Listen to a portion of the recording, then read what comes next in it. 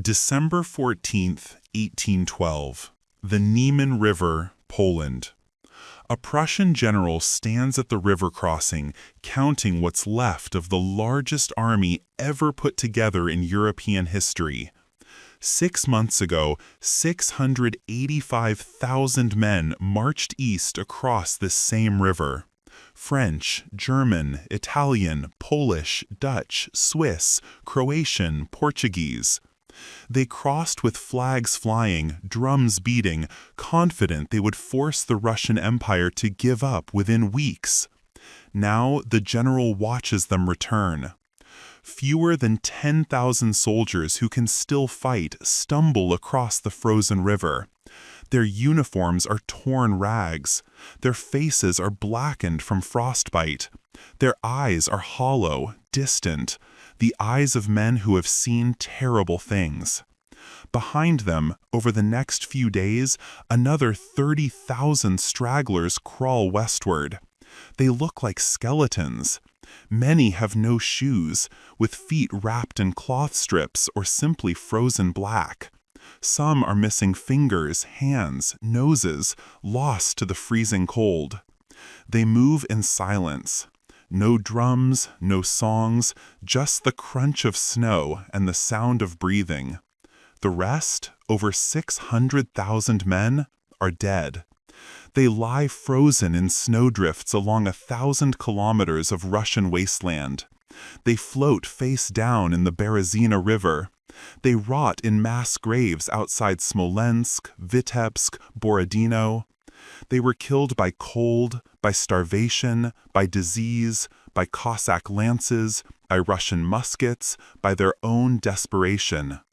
Entire regiments that entered Russia with thousands of men returned with dozens.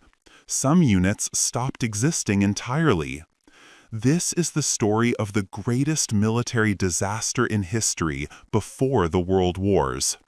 This is the story of Napoleon's 1812 invasion of Russia and how an empire's dream was destroyed by the vastness of the Russian winter. But here's what most people don't know.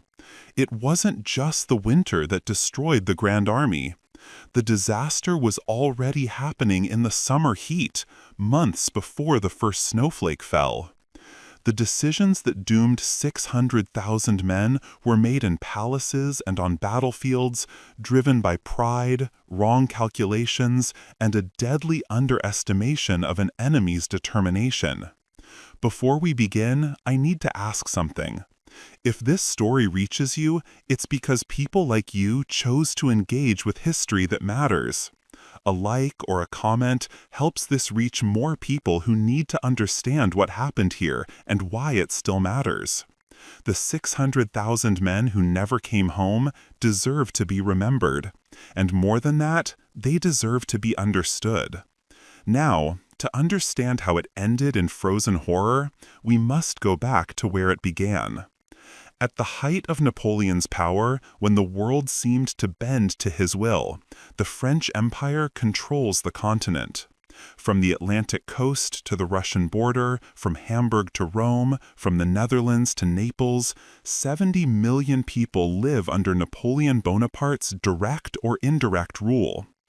It is the largest European empire since Charlemagne, and it was built in barely 15 years by a man born into minor Corsican nobility. Napoleon's rise defies probability.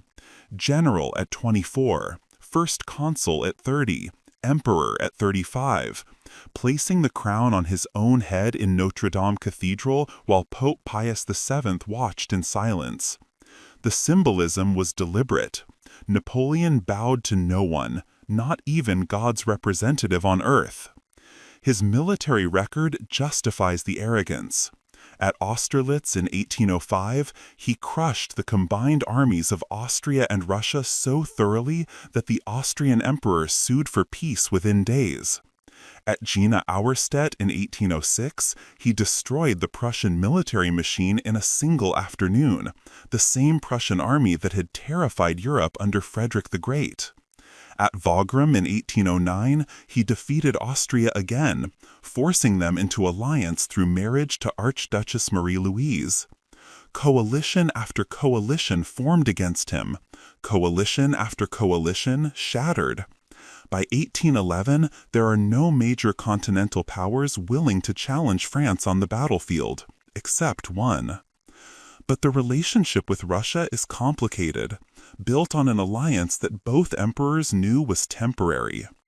In 1807, after defeating Russia at Friedland, Napoleon met Tsar Alexander I on a raft in the middle of the Niemen River.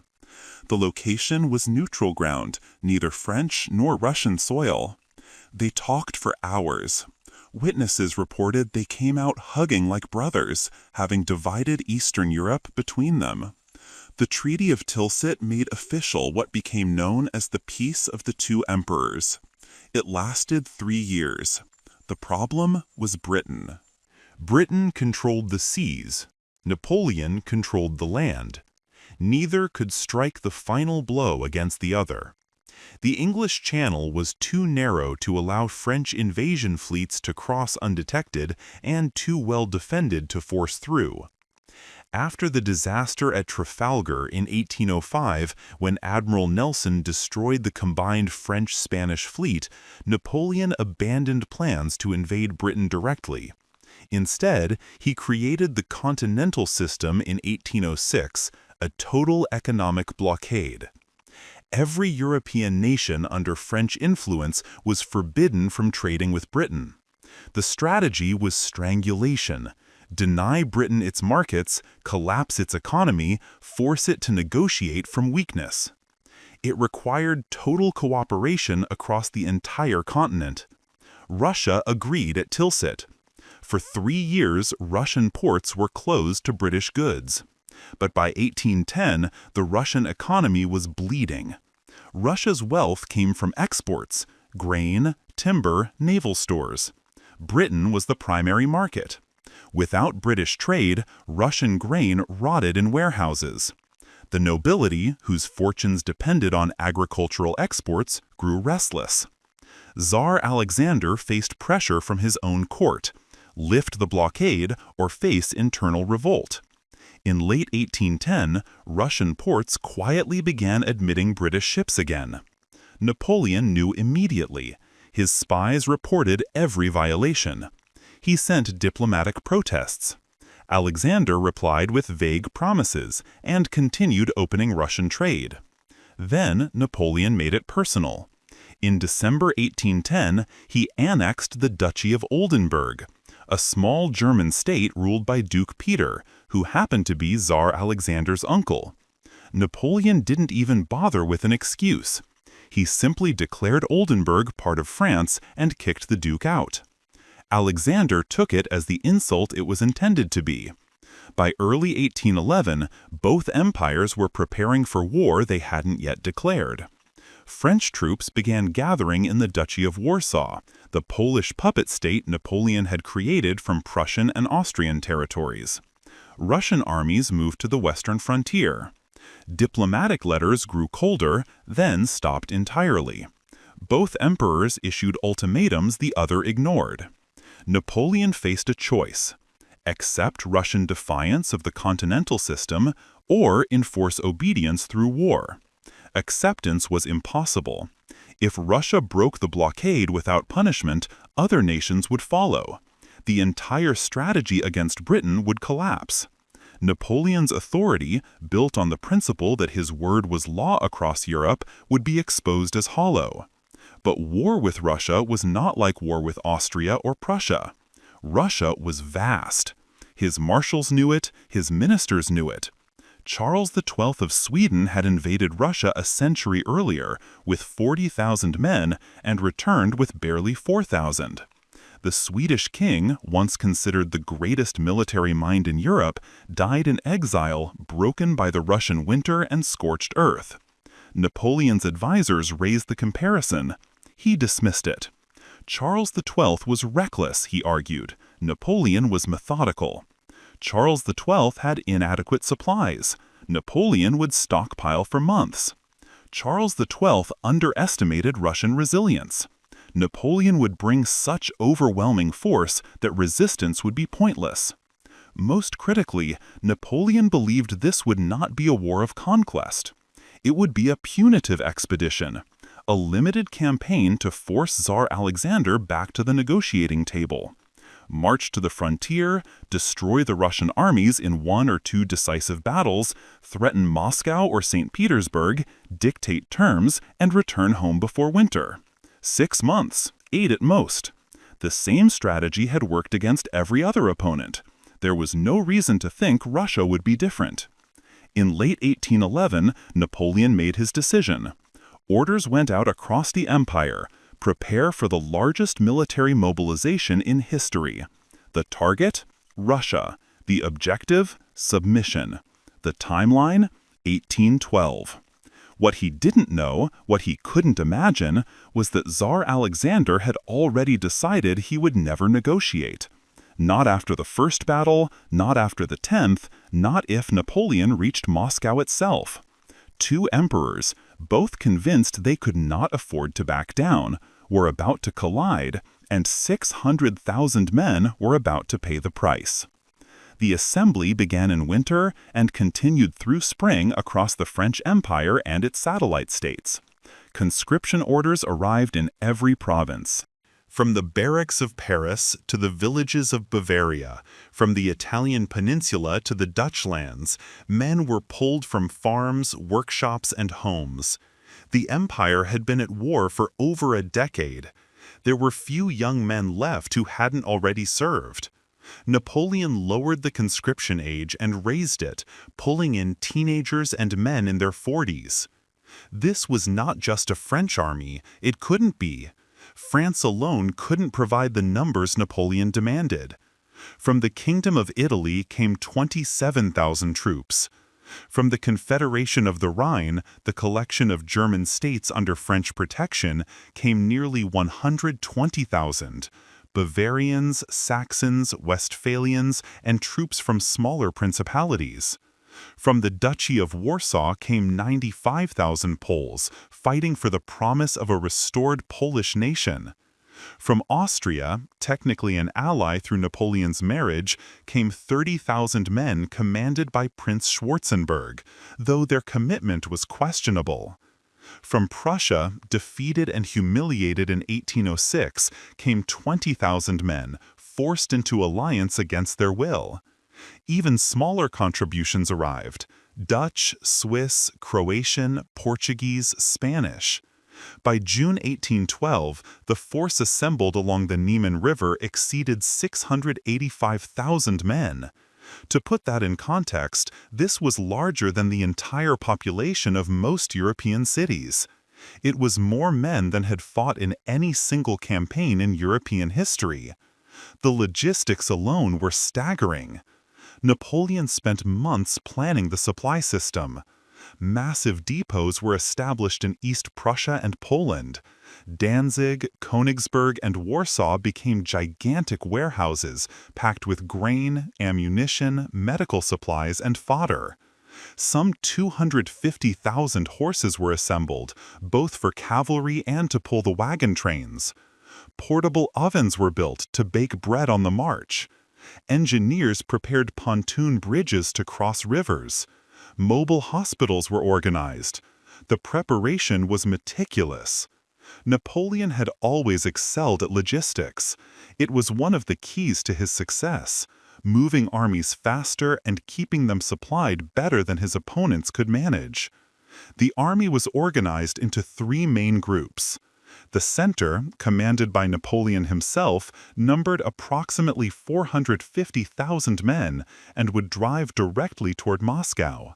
The northern wing, under Marshal MacDonald, about 32,000 men, would advance toward St. Petersburg, threatening Russia's western capital. The southern wing, under Prince Schwarzenberg, about 34,000 Austrians, would guard the right flank and tie down Russian forces in Ukraine. By mid-June, the entire force was positioned along the Niemen River, the border between the Duchy of Warsaw and the Russian Empire. On the opposite bank, silence. Russian patrols had withdrawn. No shots were fired. The frontier was empty. June 23, 1812. Evening. The first French units began crossing the Niemen on pontoon bridges near Kaunas. Engineers had worked through the night to position the floating bridges across the river. Infantry crossed in columns, boots thundering on the wooden planks. Cavalry followed, horses nervous at the swaying beneath their hooves. Then artillery, the heavy guns dragged by teams of horses, the pontoons groaning under the weight. Napoleon himself crossed on June 24th, riding with the Imperial Guard, his elite veterans, the core of every major victory. Witnesses recorded that the crossing took 4 full days at all designated points. The marching of hundreds of thousands of boots made the ground shake. Dust clouds rose so thick they darkened the sky. Local Lithuanians watched from a distance, terrified and awed. Once across, Napoleon issued a proclamation to the Grand Army. "Soldiers, the Second Polish War has begun. The first ended at Friedland and Tilsit. At Tilsit, Russia swore eternal alliance with France and war with England. She now breaks her oath. Russia is drawn onward by fate. Her destiny must be fulfilled." The soldiers cheered. Many of them believed this would be over quickly. Russia would offer battle, Napoleon would win as he always won, and they would be back in their garrisons by autumn. The march east began. Almost immediately, problems emerged. The roads of Lithuania and Poland were not like the paved highways of France or the maintained routes of Germany. They were dirt tracks that turned into rivers of mud after rain. The summer of 1812 brought heavy storms in the first weeks. The primitive roads became nearly impassable. Wagons sank axle deep. Artillery pieces had to be pushed through the mud by dozens of men. Traffic jams stretched for kilometers as units bottlenecked at river crossings and narrow passes. The supply system, so carefully planned, began breaking down within days. Supplies that were supposed to move forward by wagon sat stuck in depots because the roads couldn't handle the traffic. The army was advancing faster than the logistics could support. Commanders started implementing Napoleon's traditional strategy, live off the land. Foraging parties scoured the countryside for food, fodder, and supplies. But Lithuania and Poland were not the rich farmlands of Germany or Italy. The population density was lower. Villages were smaller and poorer. There simply wasn't enough food to sustain an army of 685,000 men and 250,000 horses passing through. Soldiers began going hungry, not starving yet, but eating half rations, then quarter rations. The horses had it worse. Horses require enormous amounts of fodder, around 20 pounds per day for a cavalry mount, more for draft horses pulling artillery and wagons. The countryside couldn't provide it. Horses began weakening, then collapsing. Within the first week, hundreds were dying daily. Within 2 weeks, thousands of dead horses lined the roads. The army marched past rotting carcasses that bloated in the summer heat, attracting clouds of flies. The stench became unbearable. Without horses, wagons were abandoned. Without wagons, supplies couldn't move forward. Without supplies, soldiers starved. And then disease arrived. Typhus broke out first, spread by lice in the unwashed uniforms, in the cramped quarters where men slept pressed together. Then dysentery from contaminated water sources. Soldiers drank from streams and rivers polluted by the hundreds of thousands of men and animals passing through. Within days of drinking, they developed violent diarrhea. Dehydration killed many. Weakness incapacitated more. By the end of June, less than a week into the campaign, the Grand Army's medical services were overwhelmed. Field hospitals filled with men too sick to march. Officers faced a grim choice: leave the sick behind to recover and likely be captured or die, or slow the entire army's advance. Most were left behind. The pace of advance was brutal. Napoleon was pursuing the Russian armies, trying to force them into battle before they could escape deeper into Russia. Units marched 30, sometimes 40 kilometers per day in summer heat. Men collapsed from exhaustion and heat stroke. More were left by the roadside. Desertion began. First a trickle, then a steady stream. Men from the satellite states, Poles, Germans, Italians, saw their friends dying of disease and starvation before a single battle had been fought. Some slipped away at night. Others simply stopped marching and let the columns pass them by. By mid-July, the Grand Army had advanced roughly 300 kilometers into Russia. They had not yet fought a major battle, and they had already lost over 130,000 men, nearly 20% of the force that crossed the Niemen.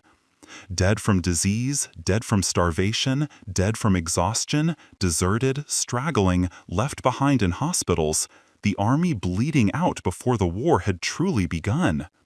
Napoleon knew the numbers. His staff reported the losses daily, but he remained confident. The Russians were ahead of him, withdrawing eastward. When he caught them, he would destroy them in battle as he had destroyed the Austrians at Austerlitz, the Prussians at Jena. One decisive victory would end this. He just had to catch them. What he didn't yet understand was that the Russians had no intention of giving him the battle he wanted. Not yet. Not until they had chosen the ground. Not until the Grand Army had bled itself to the point where victory, even if Napoleon won the field, would be hollow. The trap was already closing. Napoleon just couldn't see it yet. The Russian armies were retreating, but it wasn't panic, it was calculation. Two Russian commanders controlled the western frontier forces, and they hated each other. General Mikhail Barclay de Tolly commanded the First Western Army, 120,000 men positioned near Vilna. A Baltic German in Russian service, Barclay was methodical, cold, a strategist who saw war as mathematics. His soldiers respected his competence, but never loved him. The Russian nobility saw him as a foreigner. Prince Pyotr Bagration commanded the Second Western Army, 45,000 men, positioned nearly 100 kilometers south of Barclay. A Georgian prince, Bagration was fire and honor, a battlefield commander who led cavalry charges personally. His men adored him, the court adored him. He despised Barclay's caution and said so in letters to anyone who would listen. Their armies were separated, vulnerable to being defeated individually. Napoleon saw the gap and drove straight for it, a wedge between the two forces, planning to destroy each before they could unite. Barclay saw it coming. He ordered immediate retreat. Bagration, furious but recognizing the danger, withdrew south. Napoleon's advanced guard, commanded by Marshal Murat, reached Vilna on June 28, expecting battle. They found an empty city. Supplies were gone. The Russian army had vanished eastward. Napoleon pushed forward. Surely the Russians would turn and fight. No army could simply retreat forever. But Barclay kept withdrawing, and as he withdrew, he burned. Russian troops torched grain stores before leaving villages. They drove cattle and livestock east with the army. They poisoned wells. They set fire to barns and warehouses. Entire villages went up in flames as the Russian rearguard passed through. The French advance encountered nothing but ash and abandoned buildings. Foraging parties returned empty-handed. Starvation deepened. In St. Petersburg, the strategy ignited fury. Russian nobles demanded Barclay's arrest. He was abandoning sacred Russian soil without firing a shot. He was a coward, a traitor, possibly a French spy. Bagration wrote scathing letters to Tsar Alexander. For God's sake, send someone to command the army who has some determination. We are leading the enemy into the heart of Russia. This German will destroy us all. Alexander wavered. The political pressure was enormous. But Barclay's reports were clear. The French army was disintegrating on the march. Every day without battle weakened Napoleon. Every kilometer deeper into Russia stretched French supply lines to the breaking point. Barclay was trading space for time, and space was the one resource Russia had in infinite supply. By mid-July, the two Russian armies were still separated but moving to link up. Napoleon, growing desperate, accelerated the pursuit. His soldiers were marching 40 kilometers per day in brutal heat. More collapsed, more died, more deserted. On July 28th, Napoleon reached Vitebsk with his forward units. He had been in Russia for 5 weeks. His army was already catastrophically weakened, and he had not fought a single major engagement. He halted. For the first time since crossing the Niemen, he seriously considered stopping the campaign. His marshals gathered in his headquarters, a commandeered mansion in Vitebsk. Maps covered the tables. The discussion was blunt. Marshal Davout, his most trusted subordinate, laid out the numbers. Of the 450,000 men in the main Central Army group, fewer than 200,000 were combat-ready. Disease, desertion, and starvation had consumed the rest in 5 weeks. Marshal Berthier, his chief of staff, raised the supply situation. Depots in Poland were failing to push supplies forward. The army was already on half rations. Horses were dying faster than they could be replaced. Marshal Ney, always aggressive, argued for pressing forward. The Russians are running. One more push would force them to fight. Napoleon listened, staring at the map. Moscow was marked in the distance, hundreds of kilometers deeper into Russia. St. Petersburg to the north. Both tantalizingly close and impossibly far given the state of his army. He could halt here, consolidate, fortify Vitebsk and the surrounding region, spend the winter resupplying and reorganizing, resume the campaign in spring 1813 with fresh troops and full magazines. It was the rational choice, but it meant admitting he had failed to force a decisive battle. It meant wintering in hostile territory with supply lines stretching back over 600 kilometers. It meant giving Tsar Alexander a full year to rebuild and prepare. Most critically, it meant showing weakness. The moment the other European powers learned Napoleon had halted his offensive without defeating Russia, the coalition would reform. Austria would turn. Prussia would revolt. The empire would face war on every frontier. Napoleon stood from the table. We continue. The pursuit resumed. On August 16th, near the city of Smolensk, the French advanced guard finally caught a substantial Russian force, Bagration's Second Army, which was attempting to link with Barclay's First Army inside the city. Napoleon saw his chance. If he could take Smolensk quickly and trap Bagration before the armies united, he could destroy half the Russian force. He ordered an immediate assault. The Battle of Smolensk lasted 2 days.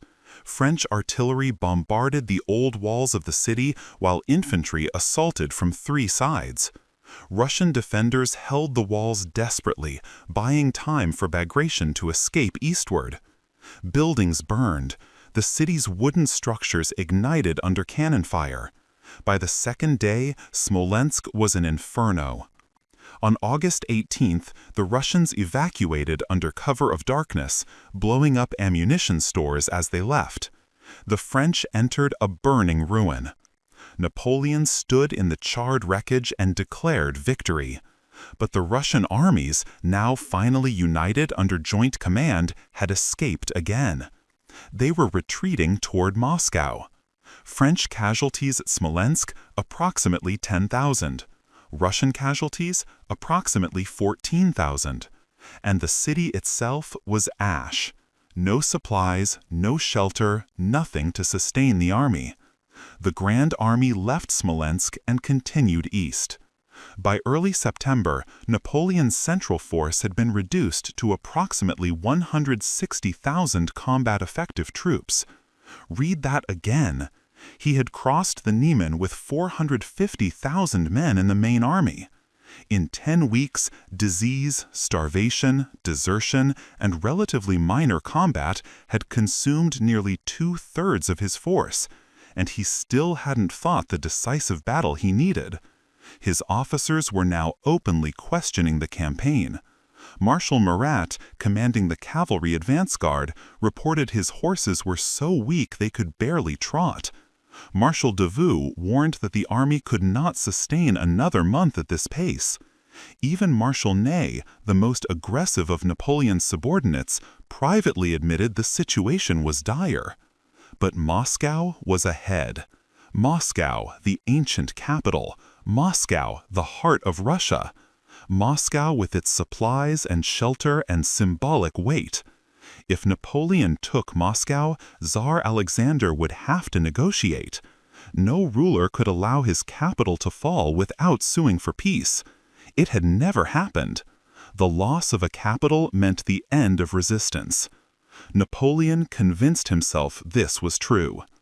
On September 5th, French scouts reported Russian forces had stopped retreating. They were digging in near a village called Borodino, about 125 kilometers west of Moscow. Finally, the Russians were going to fight. Napoleon rode forward to observe the Russian positions personally. Through his telescope, he could see earthwork fortifications being built on low ridges, artillery batteries positioned on high ground, infantry columns moving into defensive positions. The Russian army had turned to face him at last. Marshal Berthier asked the obvious question, "Do we attack?" Napoleon stared at the Russian lines. His army was exhausted, starving, and depleted, but the Russians were finally offering the battle he had pursued for 3 months. If he declined, they might retreat again, deeper into Russia, closer to winter, farther from his supply lines. This might be his only chance. "We attack," Napoleon said. "Prepare the army for battle." September 7th, 1812. The Battle of Borodino. The battle that would become the bloodiest single day of the Napoleonic Wars. The battle that would change nothing and doom everything. September 7th, dawn. 135,000 Russian soldiers stood in defensive positions across rolling hills and forest ridges. They had spent 2 days digging earthwork fortifications, flèches, angular dirt walls reinforced with timber positioned to create overlapping fields of fire. At the center of the line rose the Great Redoubt on Raevsky Hill, a massive earthwork battery holding 18 heavy cannon. Commanding them was General Mikhail Kutuzov, newly appointed after Tsar Alexander finally bowed to political pressure and removed Barclay. Kutuzov was 67 years old, fat, missing an eye from an old wound, known for falling asleep during planning meetings. The court loved him because he was Russian, not a Baltic foreigner. Soldiers loved him because he had survived 50 years of war and still led from the front. He hadn't wanted this battle. He agreed with Barclay's strategy, retreat, let space and time destroy the French. But the Tsar, the nobility, and his own officers demanded a stand. So Kutuzov chose the ground carefully, defensive positions that would maximize Russian artillery and minimize French maneuverability. Opposite them were 130,000 French and Allied troops prepared to attack. They had 587 cannon.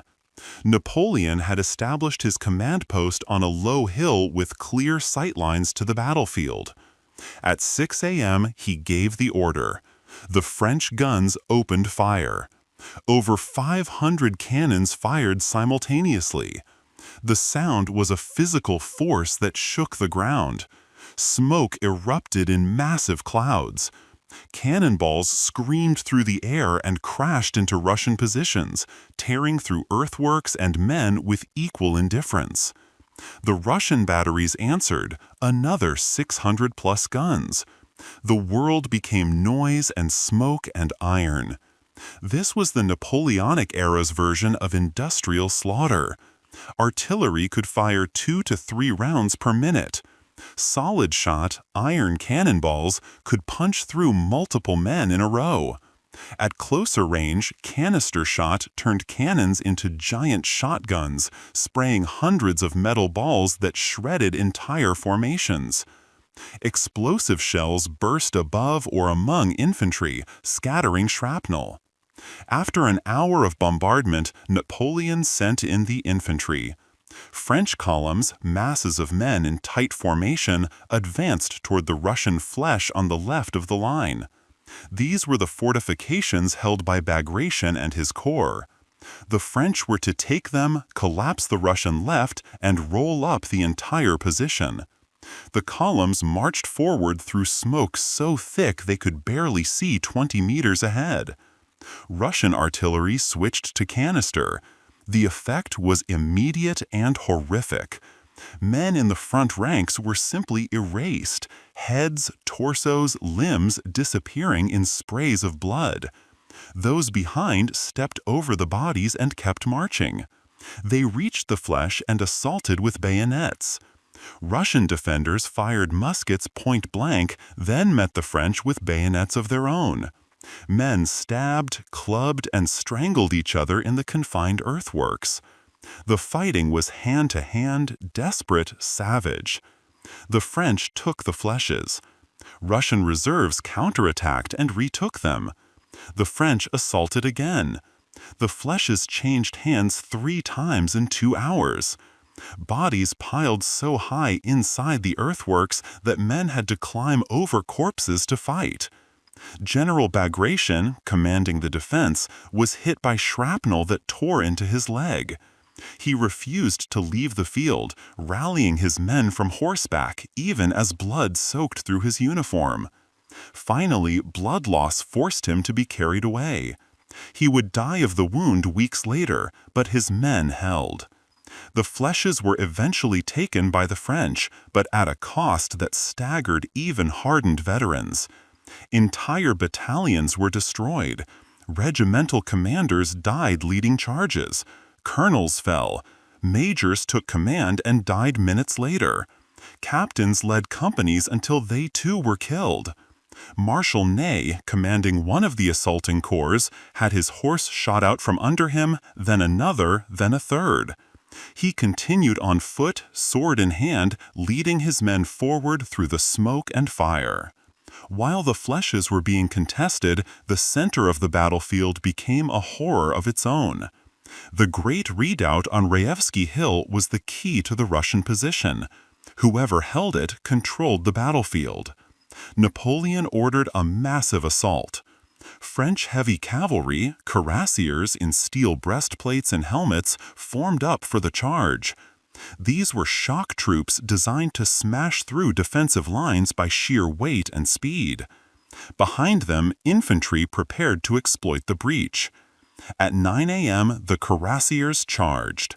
Imagine it, thousands of armored men on massive horses moving from trot to canter to gallop, lances and sabers leveled, the ground shaking beneath the hooves, the sound like continuous thunder.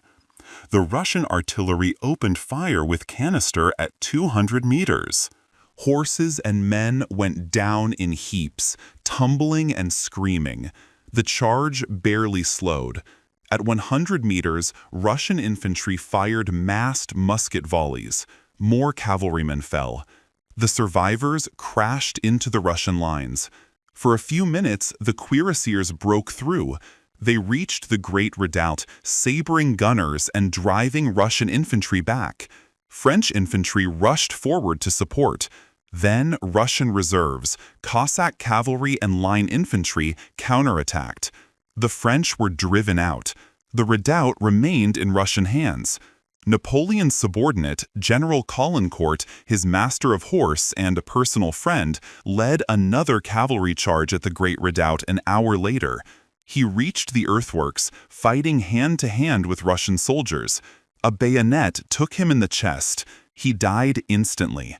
Napoleon received the news without visible reaction. He called for another assault. By noon, the Great Redoubt had been assaulted 4 times. French casualties were mounting catastrophically, but so were Russian losses. Both sides were feeding men into the grinder, neither willing to yield. At 2 p.m., a coordinated French assault, infantry, cavalry, and massed artillery finally overwhelmed the Great Redoubt's defenders. French troops seized the position and turned the Russian guns around, firing into the Russian rear. The Russian center buckled. For a moment, it looked like the entire line might collapse. Kutuzov, watching from his command post, committed his last reserves. Columns of Russian infantry and cavalry counterattacked toward the redoubt, trying to retake it. The fighting on and around Rayevsky Hill became apocalyptic.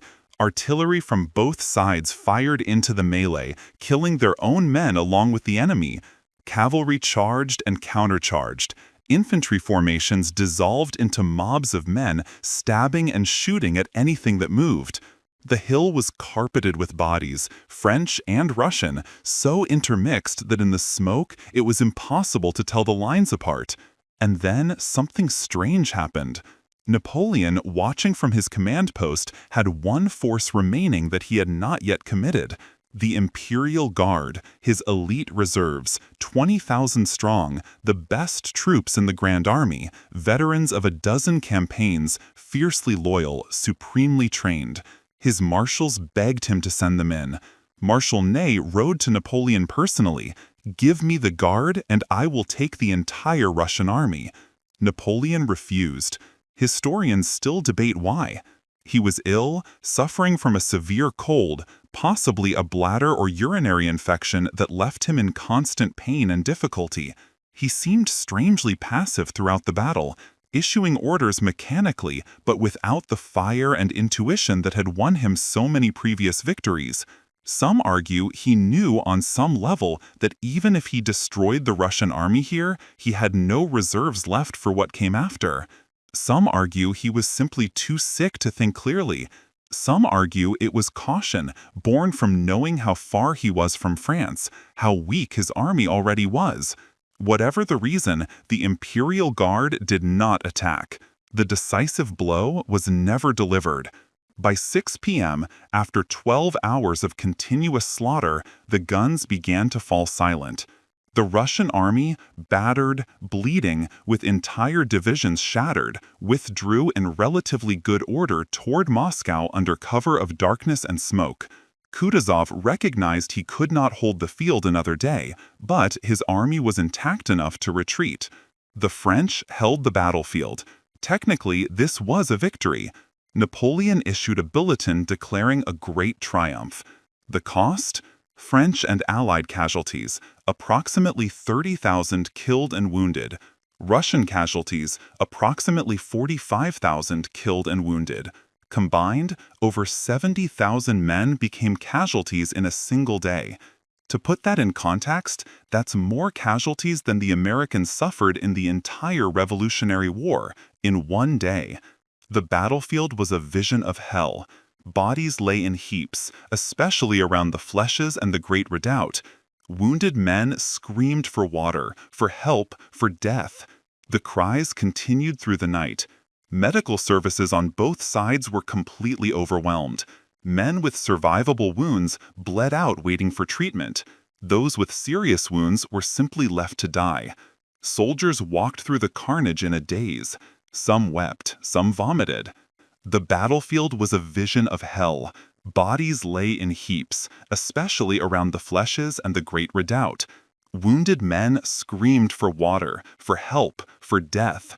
The cries continued through the night. Medical services on both sides were completely overwhelmed. Men with survivable wounds bled out waiting for treatment. Those with serious wounds were simply left to die.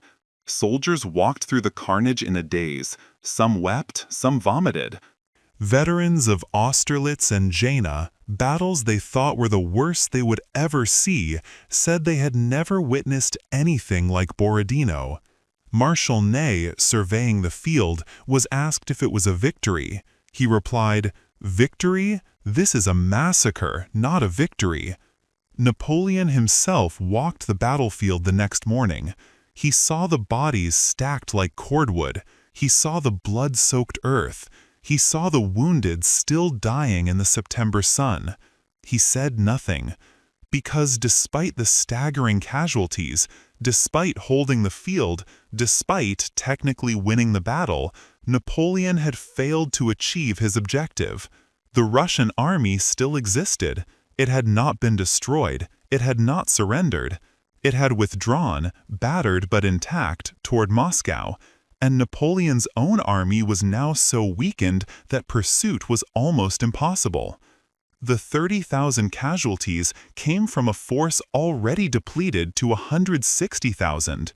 He now had perhaps 130,000 effective troops, no reserves, no fresh reinforcements, and still 125 kilometers from Moscow. But Moscow was ahead, and Napoleon convinced himself that taking the city would end this. On September 14th, 7 days after Borodino, the French advanced guard entered Moscow. The city was empty, and that night it began to burn. September 14, 1812. The French vanguard reached the outskirts of Moscow. Marshal Murat, commanding the advanced cavalry, expected resistance, barricades, artillery positions, street fighting. Instead, his scouts reported the city gates open and undefended. He rode forward cautiously with a squadron of hussars. The streets were empty. No soldiers, no civilians, no movement except shutters banging in the wind. The silence was unnatural for a city that normally held 270,000 people.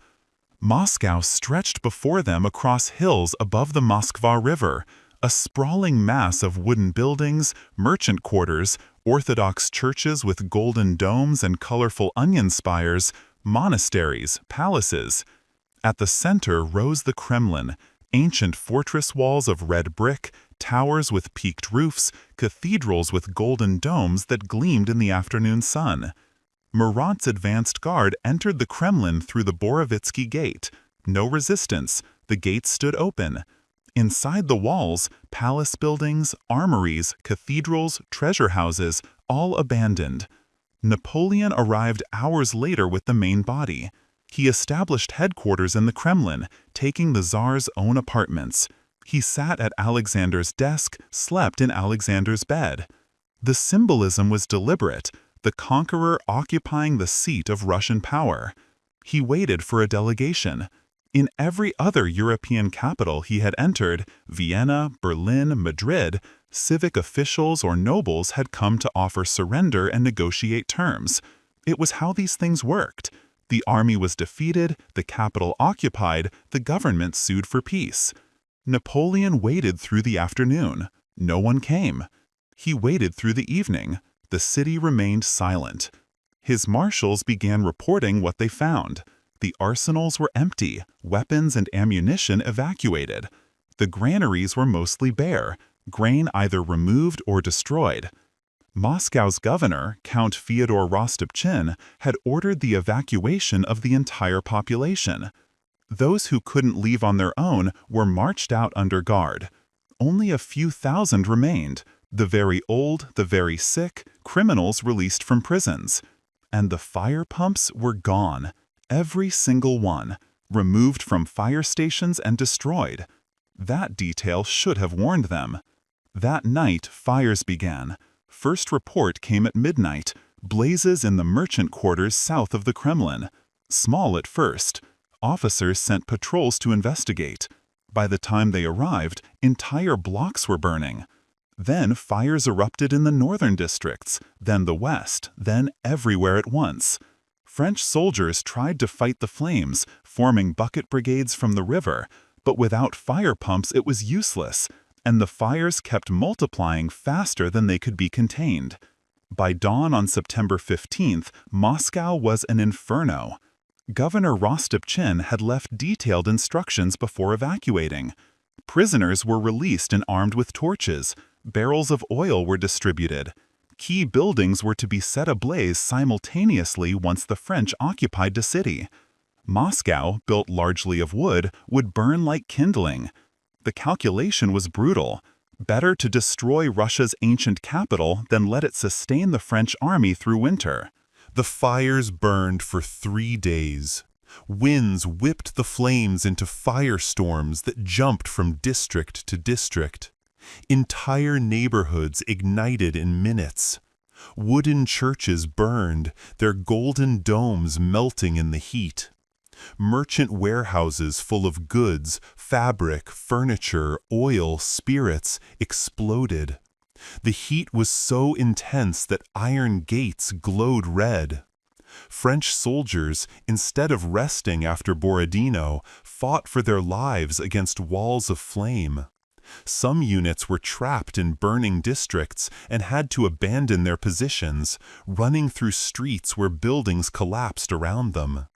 Looters ransacking abandoned homes were caught by the fires and burned alive. Horses panicked and stampeded. Wagons full of wounded caught fire. Napoleon watched from the Kremlin. Ash fell like black snow. The sky turned orange, then red, then black with smoke. The roar of the flames was continuous, punctuated by explosions as buildings collapsed or powder stores ignited. On September 16th, flames reached the edge of the Kremlin itself. Napoleon was forced to evacuate temporarily to a palace outside the walls.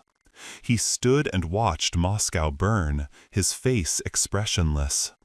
When the fires finally exhausted themselves on September 18th, 3/4 of the city was gone. What remained was a landscape of ash and charred timbers. Blackened church walls stood like broken teeth. Smoke still rose from embers. The smell of burning wood and burned flesh hung in the air. Napoleon returned to the Kremlin and walked through the ruins. His soldiers were camped among the wreckage, trying to salvage what food and supplies survived. It wasn't enough, not nearly enough to sustain 100,000 men through winter. The psychological impact was crushing. Every previous enemy, Austria, Prussia, Spain, had negotiated once their capital fell. But Russia had burned Moscow rather than let it be used. This was beyond Napoleon's experience, beyond his calculations. He sent peace proposals to Tsar Alexander, multiple letters through different channels. He tried direct appeals. France and Russia had been allies, they could be allies again. He tried threats. The might of the French Empire demanded respect. He tried reasoning. Continued war served neither empire. Alexander in St. Petersburg received the letters and did not respond. Days passed, then weeks. Napoleon remained in Moscow, paralyzed by indecision. His marshals urged immediate retreat. It was late September, winter would arrive soon. The army was in no condition to stay. But retreat without a treaty, without even acknowledgement from Alexander, meant admitting total failure. Marshal Berthier presented the numbers. The army had approximately 100,000 effective troops in and around Moscow. Supplies sufficient for perhaps 3 weeks. Horse cavalry was nearly gone, most mounts dead or dying. Artillery horses were starving. The men were exhausted, demoralized, and increasingly ill. Marshal Murat argued they should retreat while they still could. The roads were passable. The weather still mild. The army still organized enough to fight if necessary. Napoleon kept waiting. Surely Alexander would respond. Surely this couldn't continue. Surely there would be negotiations. 5 weeks passed. By mid-October, snow was falling. Supplies were nearly exhausted. Soldiers were slaughtering the few remaining horses for meat. Disease was spreading through the crowded camps. And still no word from St. Petersburg. On October 18th, Russian forces under General Kutuzov attacked a French outpost at Tarutino, south of Moscow. It was a small engagement, but it signaled that the Russian army, rebuilt and reinforced since Borodino, was no longer simply retreating. They were preparing to attack. Napoleon called a council of war that evening. His marshals gathered in the Kremlin. The discussion was short. They had to leave now, before Russian forces cut the roads west, before winter made retreat impossible, before the army disintegrated completely. Napoleon issued the order on October 19th. The Grand Army would withdraw from Moscow. He still believed they could retreat in good order, reach Smolensk, resupply from the depots there, and winter in friendly territory. The campaign had failed, but the army could be saved. Next year, with reinforcements, they could try again. Every assumption in that plan was wrong. At 10 a.m. on October 19th, the retreat began. The army formed columns and marched southwest, hoping to retreat through southern territories that hadn't been devastated by the advance. The soldiers looked back at Moscow's ruins as they left. Some felt relief to be finally leaving the cursed city. Others felt dread at what lay ahead. They were right to be afraid. Within days, the retreat would transform from orderly withdrawal to nightmare. Within weeks, it would become the worst military disaster in history. The trap hadn't been Moscow. The trap was the 1,000 kilometers of Russian winter between Moscow and safety, and it was about to close. October 24th, 1812. 5 days into the retreat, the French advanced guard pushing southwest toward Kaluga collided with the Russian army at Maloye-Roslovets, a small town on the Lusha River. Kutuzov had positioned his forces to block the southern route.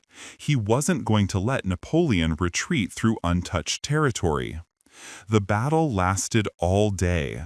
The town changed hands 8 times. Buildings burned, streets ran with blood. By evening, the French technically held the town, but at a cost of 5,000 casualties against a reinforced, well-supplied Russian army. Napoleon rode forward to assess the situation personally. Through his telescope, he could see Russian forces in strong defensive positions beyond the town, waiting for him to attack again. He made the decision that sealed his army's fate: turn north, back onto the main road through Smolensk. It was the same road they had advanced on, the same road already stripped of every resource, the same road littered with the dead from the advance. Now 100,000 men and what remained of the baggage train would have to retreat along it, finding food where there was none, through terrain the Russians knew perfectly. Marshal Murat protested. Marshal Ney argued for forcing through at Maloye-Roslovets, but Napoleon's nerve had broken. He would not risk another major battle with the army in its current state. The northward turn began on October 26th, and the weather turned with it. The first snow fell that night, light at first, then heavier.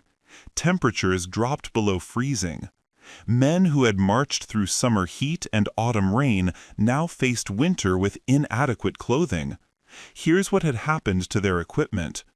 After Borodino and the occupation of Moscow, soldiers had discarded their heavy packs to make room for loot: gold candlesticks, silver plates, fine fabrics, icons stripped from churches, treasures that were worthless in the Russian wilderness but which men carried anyway, hoping to sell them if they made it home. Greatcoats were abandoned as too heavy, extra boots discarded, field rations thrown away to make room for stolen goods. Now the temperature was dropping and they had no protection. The first men started freezing to death in early November. They would lie down to sleep around the campfires and simply not wake up. Others froze while walking, collapsing mid-step, dying where they fell.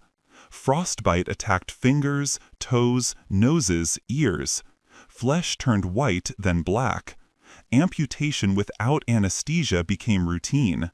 Many who survived the amputation died of infection days later. The horses died faster than the men. A horse requires massive amounts of fodder. There was none.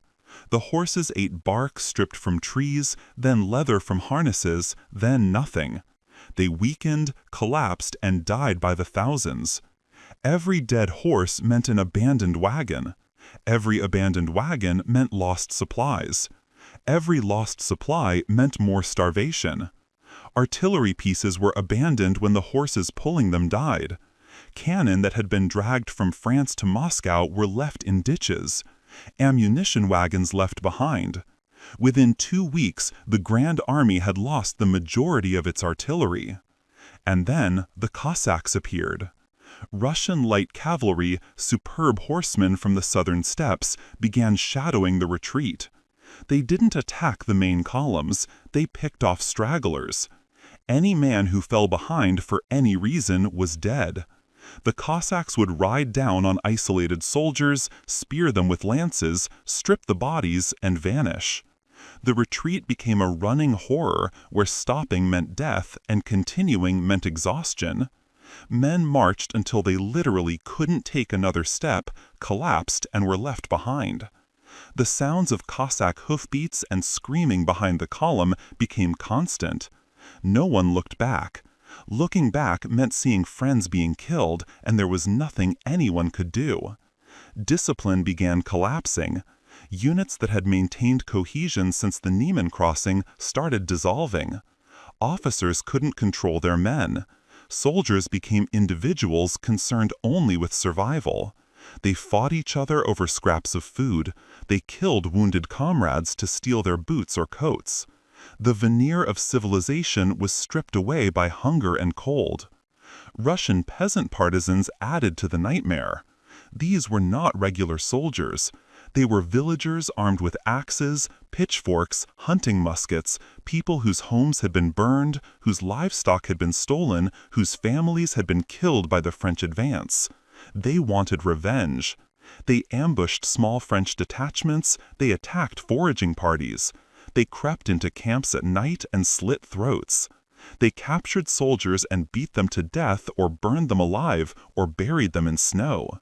The war had become savage on all sides. By early November, the Grand Army was no longer an army. It was a mob of starving, freezing men stumbling westward, preyed upon from all sides. The temperature kept dropping, -10, -20, -30 degrees at night. Men's breath froze into ice on their beards and uniforms. Eyelids froze shut. Fingers were too numb to hold weapons, so muskets were simply discarded. Men urinated blood from kidney failure caused by extreme cold. Hallucinations from starvation and hypothermia became common. Soldiers seeing phantom villages, phantom food, phantom rescuers. The dying helped the dying, and both perished together. November 9th, the army reached Smolensk. This was supposed to be salvation.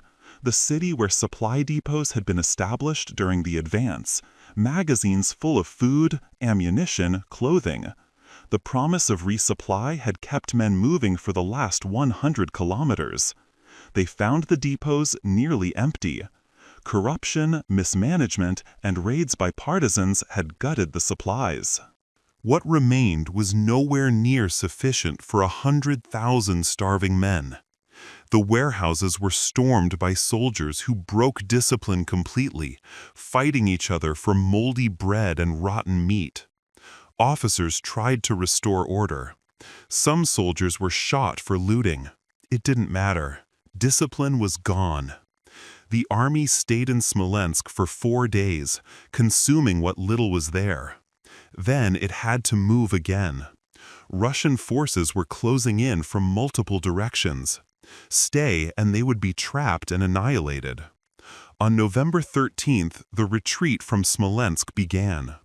What left that city was no longer recognizable as the Grand Army. It was a ragged column of skeletal men in rags, many barefoot with feet wrapped in cloth or simply frozen black, shuffling westward without hope, driven only by the animal instinct to survive. Marshal Ney commanded the rear guard, the last units covering the retreat, holding off pursuing Russian forces. His corps had entered Russia with 40,000 men. He now had perhaps 8,000. On November 15th, near the town of Krasny, Russian forces under General Kutuzov and General Miloradovich attempted to cut off the retreat entirely.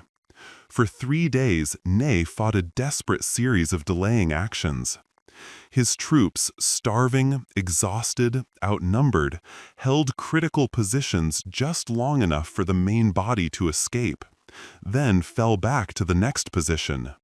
Russian artillery pounded them. Cossack cavalry charged repeatedly. Infantry assaults overran position after position. Ney's corps was being destroyed, but he bought time with blood. By November 17th, Ney was cut off from the main army, with fewer than 2,000 survivors. Russian forces surrounded him and demanded surrender. He refused. That night, he led his men across the frozen Dnieper River under fire from Russian batteries on both banks. Men were hit and fell through the ice, drowning. Others were shot and fell where they stood. Ney himself carried the regimental eagle, leading from the front.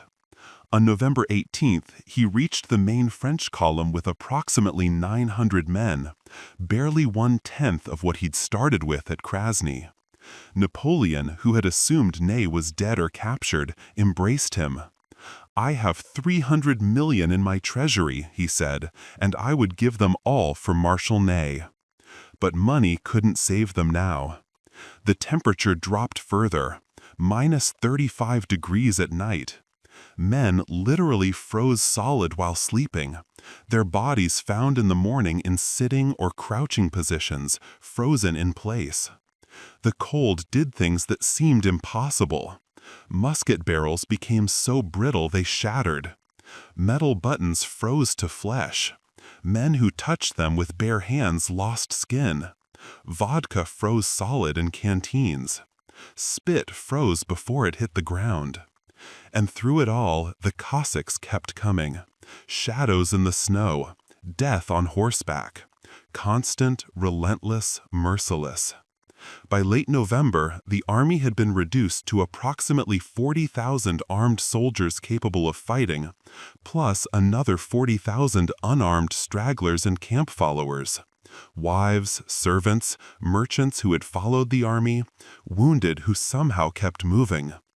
Ahead lay the Berezina River. Under normal circumstances, by late November, the river should have been frozen solid enough to cross on the ice. But a brief warming period had partially thawed it. The result was a 100-meter-wide channel of icy water, flowing fast, filled with chunks of floating ice. The bridges had been destroyed by Russian forces days earlier, and 3 Russian armies were converging to trap Napoleon against the river. Admiral Chichagov with 30,000 men from the south, General Wittgenstein with 30,000 from the north, and Kutuzov's main force of 80,000 from the east.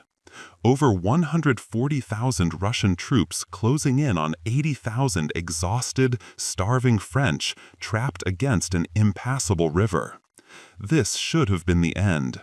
Total annihilation, the complete destruction of the Grand Army, and the capture of Napoleon himself. But the French had one final miracle left. General Jean-Baptiste Eble commanded the army's Dutch engineer corps.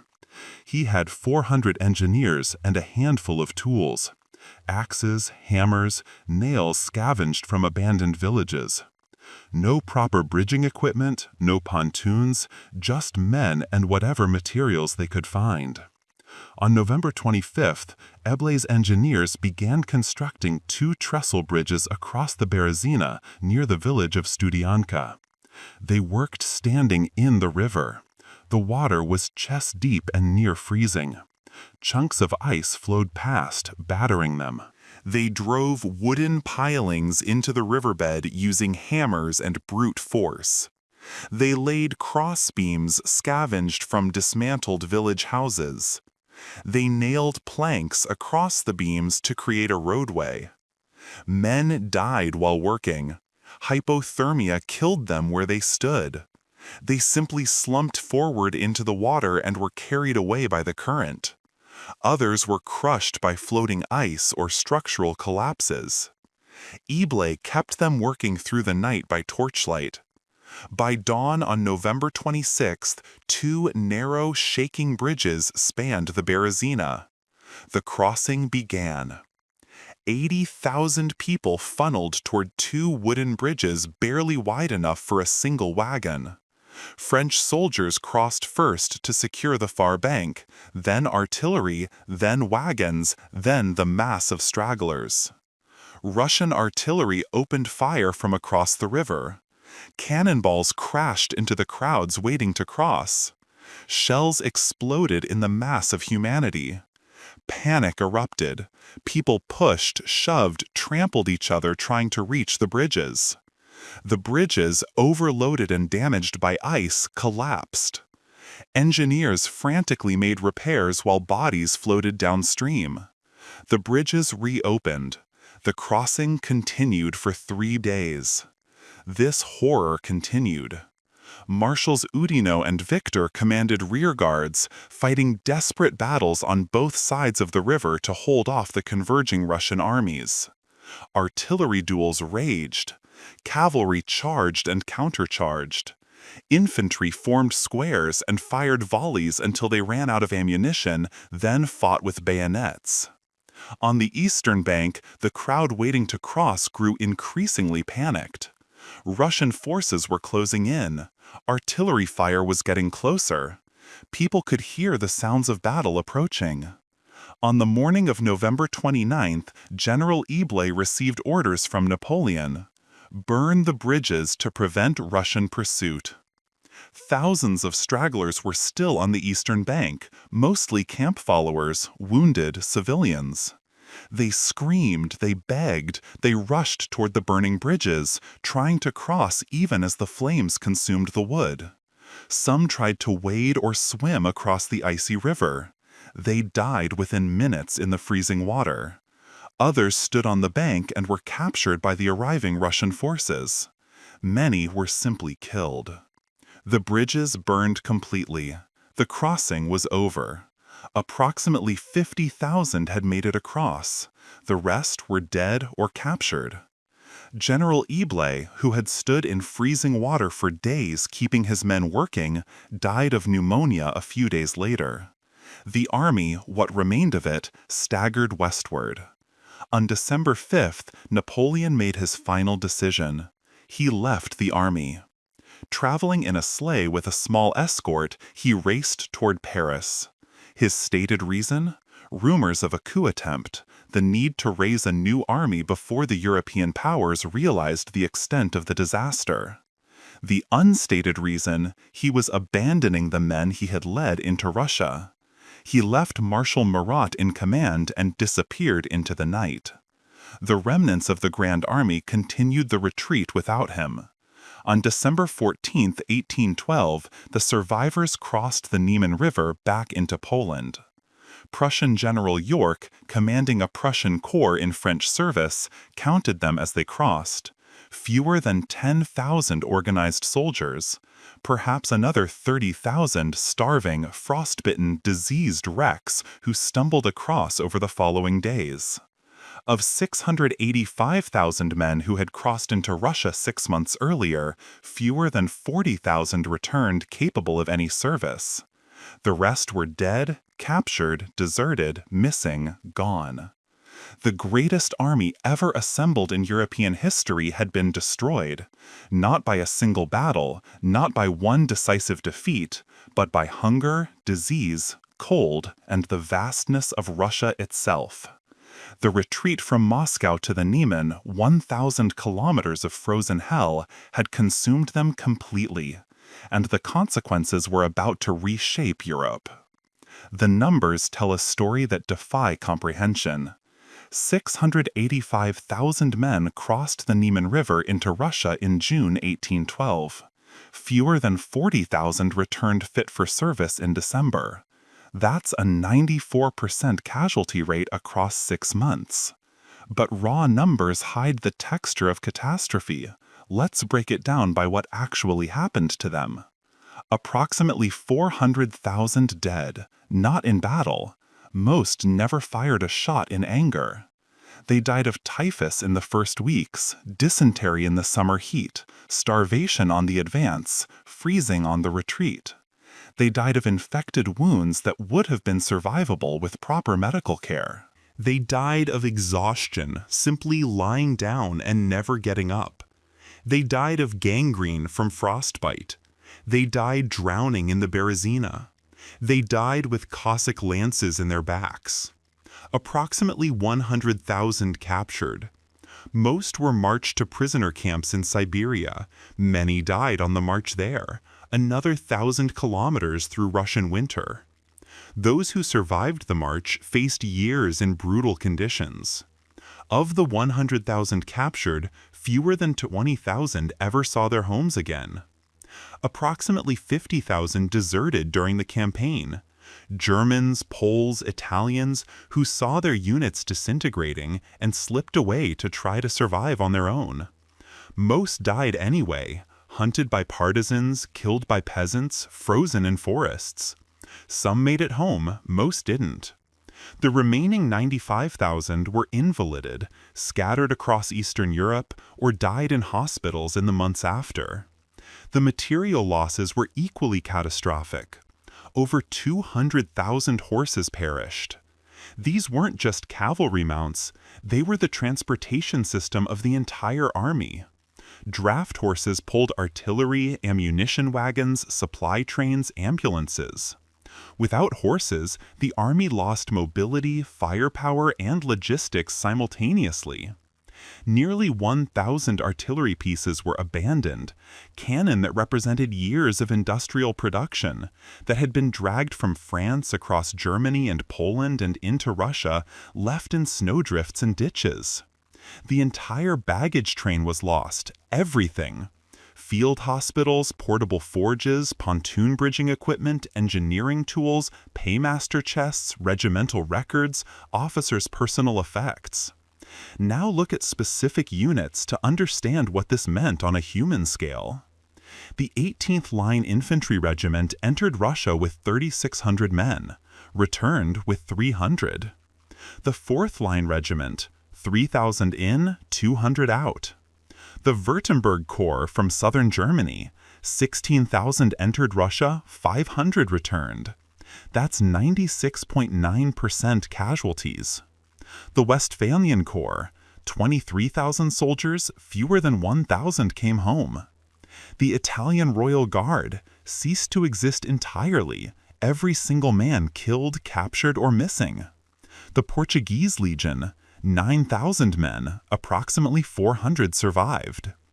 18 French generals were killed, 42 more were wounded or captured. These were Napoleon's trained senior commanders, irreplaceable men with decades of experience. Think about what that meant for the towns and villages they came from. A village in Bavaria sends 60 young men to war. 2 return. Every family has lost someone. Multiple families have lost everyone. The demographic impact is catastrophic. An entire generation of men gone. Who will work the farms? Who will continue the family lines? Who will care for the aging parents? This pattern repeated across Europe. German states were particularly devastated. Some lost nearly their entire military-age male population. The social and economic consequences would last for decades. For France itself, the disaster came on top of 20 years of near-constant warfare. The Revolutionary Wars, 1792 to 1802, had already consumed hundreds of thousands. The Napoleonic Wars added hundreds thousands more. Now Russia had taken another 250,000 French soldiers. France was running out of men. Napoleon understood this immediately.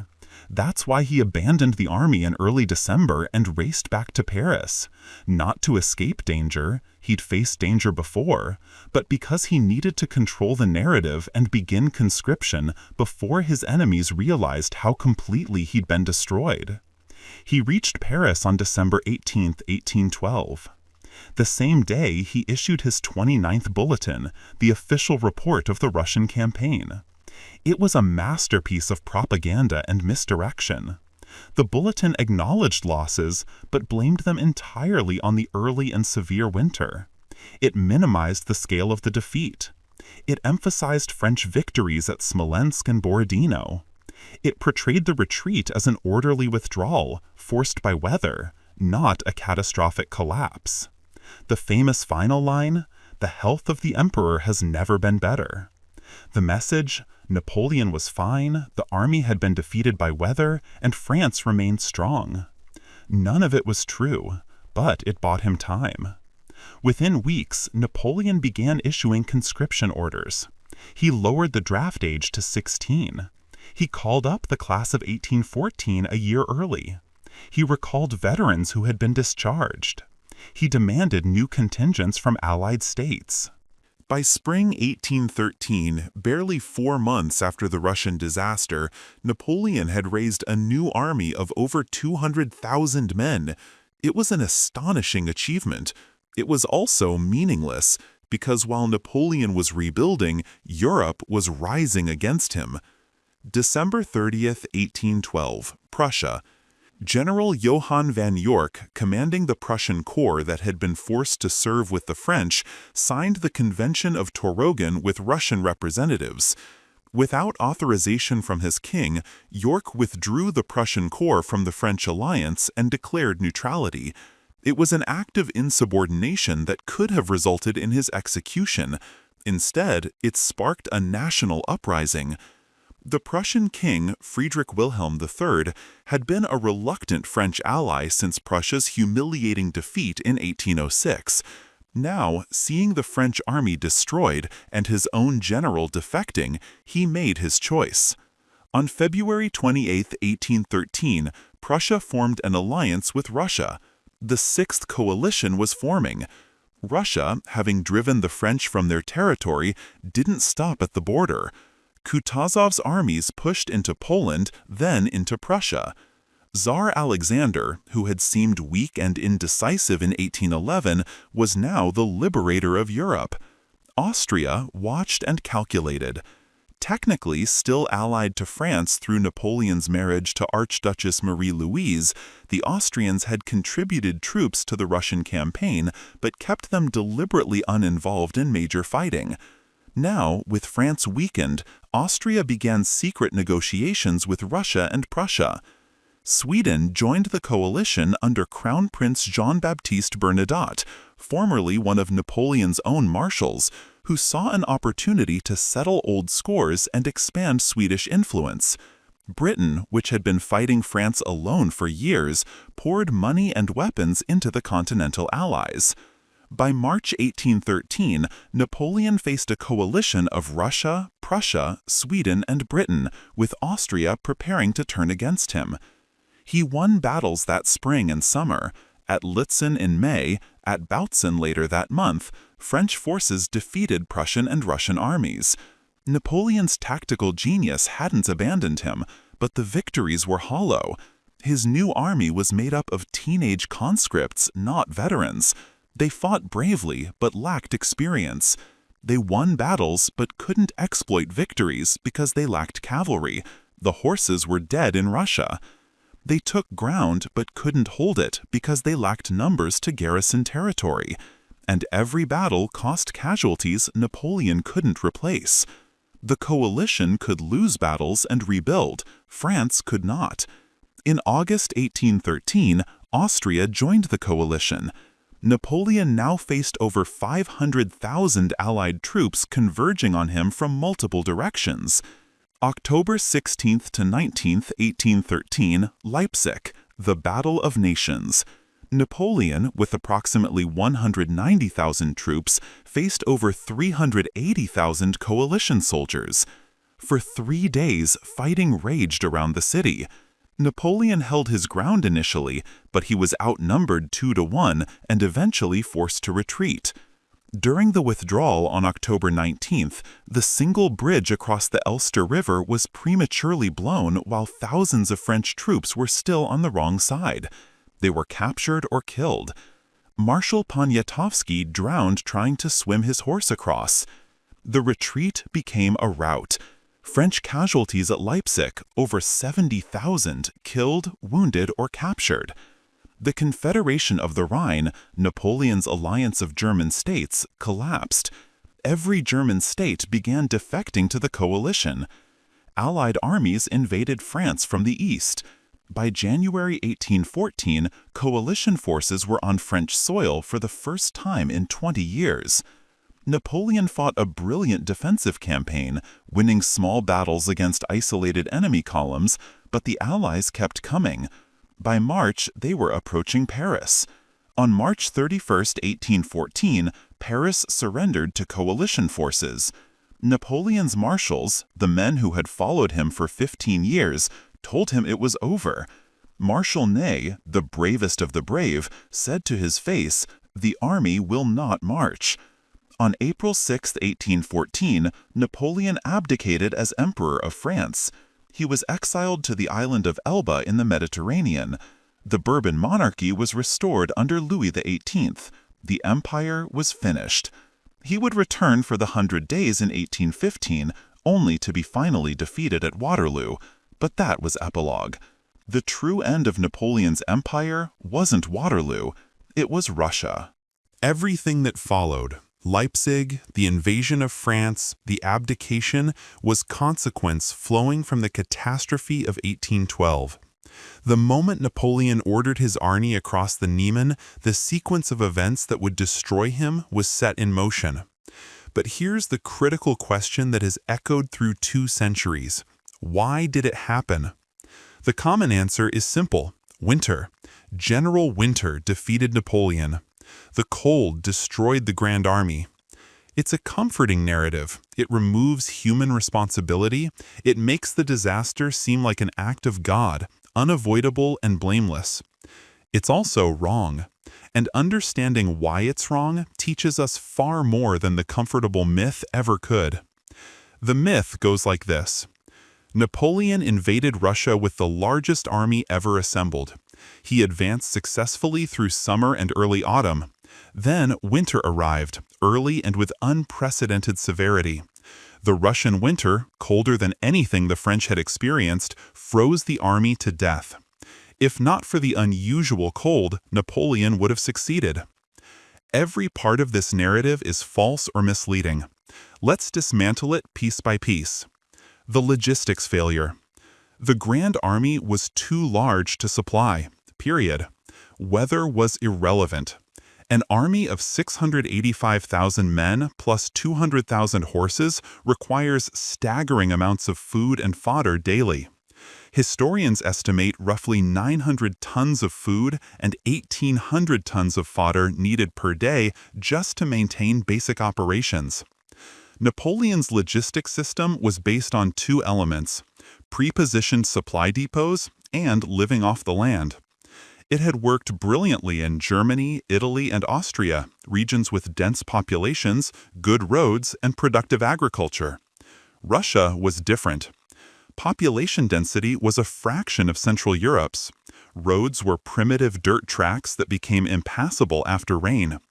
Agricultural surplus was minimal even in peacetime. The math simply didn't work. Even if the weather had been perfect, even if the Russians hadn't burned anything, there was not enough food in Lithuania and Western Russia to sustain 685,000 men moving through it. The army was starving by mid-July, in summer, months before winter. Soldiers were on reduced rations within 2 weeks of crossing the Niemen. Horses were dying in massive numbers from lack of fodder during the hottest part of the year. This wasn't weather. This was logistics failure that was baked into the campaign from the start. The disease catastrophe. More men died of disease than cold. This is not speculation. It's documented in French medical records and officer reports. Typhus, spread by lice in unwashed uniforms and crowded camps, began killing soldiers in late June. Dysentery from contaminated water sources killed even more. By mid-August, before Moscow, before the retreat, before winter, the army had lost over 200,000 men, primarily to disease. French medical officers reported that disease casualties outnumbered combat casualties by at least 10 to 1 during the advance. The retreat worsens this because exhausted, starving men have weakened immune systems, but disease was devastating the army in summer. Winter didn't cause the typhus epidemic. Poor sanitation, contaminated water, lice-infested clothing, and the concentration of hundreds of thousands of men in unsanitary conditions caused it. The timeline failure. Napoleon started too late and stayed too long. The original plan called for invading in early May. Diplomatic delays and logistical problems pushed the start to late June, nearly 2 months late. Those 2 months were critical. Had Napoleon crossed the Niemen in early May, he would have had 5 months of good weather instead of 3. He might have forced a decisive battle by midsummer, occupied Moscow by August, and either withdrawn peace or withdrawn by September. Instead, he crossed in late June, didn't reach Moscow until mid-September, and didn't begin the retreat until late October. The retreat began October 19th. The temperature that day was above freezing. The first snow fell on October 26th, light snow, not a blizzard. Temperatures didn't drop to truly killing cold, -20 and below, until mid-November. But the army was already disintegrating before the severe cold hit. Why? Because they had already been starving for months. Because they had already lost most of their horses. Because they were already diseased and exhausted. Winter delivered the final blow, but the campaign was failing before winter arrived. The decision to stay in Moscow for 5 weeks waiting for negotiations that never came, that was Napoleon's choice, not Winter's imposition. The Russian strategy, the scorched earth withdrawal, was a deliberate Russian choice, not a natural disaster. Barclay de Tolly's strategy was controversial precisely because it was so calculated. Burn crops, drive livestock east, poison wells, leave nothing for the French, retreat deeper into Russia's vast interior, stretching French supply lines to the breaking point. The burning of Moscow was ordered by Governor Rostopchin. Fire pumps were deliberately removed. Prisoners were released and armed with torches. This was policy, not accident. Tsar Alexander's refusal to negotiate after Napoleon took Moscow was a choice. Every previous European monarch had sued for peace when their capital fell. Alexander refused. He was willing to sacrifice Moscow itself rather than submit. These were strategic decisions, exploiting geography and climate as weapons, but weapons must be wielded. They don't fire themselves. Russian commanders turned winter and distance into tactical advantages through conscious choice. The myth of unusual cold. The winter of 1812-1813 was cold, but not unusually so for Russia.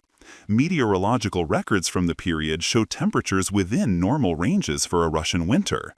Moscow typically sees temperatures of -10 to -20 degrees Celsius in November and December. That's exactly what occurred in 1812. The French experienced it as unprecedented because most had never experienced a continental winter. Soldiers from France, Italy, Spain, Portugal came from temperate maritime climates. A French winter rarely drops below 0, and Italian winter is mild. Encountering -20 felt apocalyptic to them. But for Russians, it was normal. Russian soldiers were equipped and acclimated for it. French soldiers were not. This wasn't unusual weather. This was predictable Russian winter that Napoleon should have prepared for and didn't. The hubris factor. Napoleon underestimated Russian will and overestimated the decisiveness of battle. He assumed 1 or 2 victories would force negotiations, as they had with Austria after Austerlitz, with Prussia after Jena. He could not conceive that Alexander would refuse to negotiate after Borodino, after the fall of Moscow. This was strategic blindness born from a decade of victories. Every opponent had eventually submitted. Why would Russia be different? The answer? Because Russia could trade space for time in ways Austria and Prussia could not. Because Russian culture and autocratic government meant Alexander could ignore public pressure in ways constitutional monarchs could not. Because Russian Orthodox Christianity framed the war as holy resistance against a foreign invader. Napoleon didn't understand his opponent. That's not weather. That's strategic failure. What actually happened? Here's the real sequence. The campaign was logistically unsustainable from day one. The army began dying of disease and starvation in summer. Russian scorched earth strategy denied what little local supplies existed. Borodino was a Pyrrhic victory that solved nothing. The decision to occupy Moscow and wait for negotiations wasted 5 critical weeks. The retreat began too late along a devastated route with an army already weakened to the breaking point. Winter accelerated the collapse but did not cause it. By the time severe cold arrived in mid-November, the army had already lost most of its horses, most of its artillery, its cohesion, and its discipline. The cold killed men who were already starving, diseased, and exhausted. It finished what logistics failure and disease had begun. Why the myth persists? Blaming winter is psychologically comforting. It removes human responsibility. It makes the disaster seem like an act of God, unavoidable, unforeseeable, blameless. It also served French propaganda purposes. Napoleon's 29th Bulletin explicitly blamed the early and severe winter, while minimizing strategic and logistical failures. It was easier for French pride to accept defeat by nature than defeat by Russia. The myth allows us to avoid confronting the real lessons. That overconfidence leads to catastrophic miscalculation. That logistics matter more than tactical brilliance. That underestimating your enemy is fatal. That knowing when to stop is as important as knowing when to start. Winter makes a better story than the emperor ignored supply calculations and stayed too long. But history's job isn't to tell comfortable stories, it's to tell true ones. The real lesson? The 1812 campaign failed because Napoleon made a series of strategic errors. Invading with an unsustainable force, pursuing an enemy who refused to fight on his terms, staying in Moscow waiting for negotiations that would never come, and retreating too late along a route that could not support his army. Winter was the context in which these errors became fatal, but context is not cause. 600,000 men died because their emperor miscalculated and refused to admit it until too late. That's the truth Winter's myth obscures, and it's the truth that has far more to teach us than any fairy tale about cold weather. Now let's look at what happened next and how this disaster reshaped the world.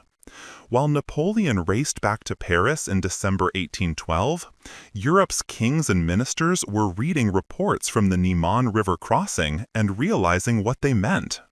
The Grand Army was gone. The myth of French invincibility was shattered, and the man who had terrified the continent for a decade was vulnerable. The first move came from an unexpected source. December 30th, 1812, a headquarters in East Prussia. Prussian General Johann von York commanded 20,000 Prussian troops that had been forced to fight alongside the French in Russia. His corps had survived relatively intact by avoiding heavy combat, deliberately staying on the campaign's periphery while French units bled themselves out. Now, with the French army destroyed, York made a decision that would change everything. Without orders from his king, without authorization from Berlin, he met with Russian representatives and signed the Convention of Terogen, withdrawing Prussian forces from the French alliance and declaring neutrality. It was technically treason. York could have been executed for it. Instead, he became a national hero. Prussia had been humiliated by France in 1806. The Treaty of Tilsit had reduced Prussia to a French client state. Territory seized, army limited to 42,000 men, massive indemnities imposed. For 6 years, Prussian King Friedrich Wilhelm had endured the humiliation, forced to ally with the power that had destroyed him. York's act of defiance gave him the opening he needed. On February 28, 1813, Prussia formally allied with Russia. Prussian War Minister Gerhard von Scharnhorst, who had been secretly rebuilding Prussia's military capacity for years, unleashed a wave of mobilization. Volunteers flooded recruiting centers. The wars of liberation had begun. In Vienna, Austrian Chancellor Metternich watched and calculated. Austria was technically still allied to France through Napoleon's marriage to Emperor Francis's daughter, Marie-Louise. But Metternich was a realist. He had seen the casualty lists from Russia. He knew France was weakened. He began secret negotiations with Russia and Prussia while publicly maintaining the French alliance. In Stockholm, Crown Prince Jean-Baptiste Bernadotte, born a Frenchman, formerly one of Napoleon's own marshals, committed Sweden to the coalition. Bernadotte had his own ambitions and old grudges against his former commander. In London, British Foreign Secretary Lord Castlereagh opened the treasury. Gold and weapons flowed to the Continental Allies. Britain had been fighting France alone for years. Now, finally, there was a real chance to end it. By March 1813, the Sixth Coalition had formed: Russia, Prussia, Sweden, and Britain. Napoleon knew it was coming.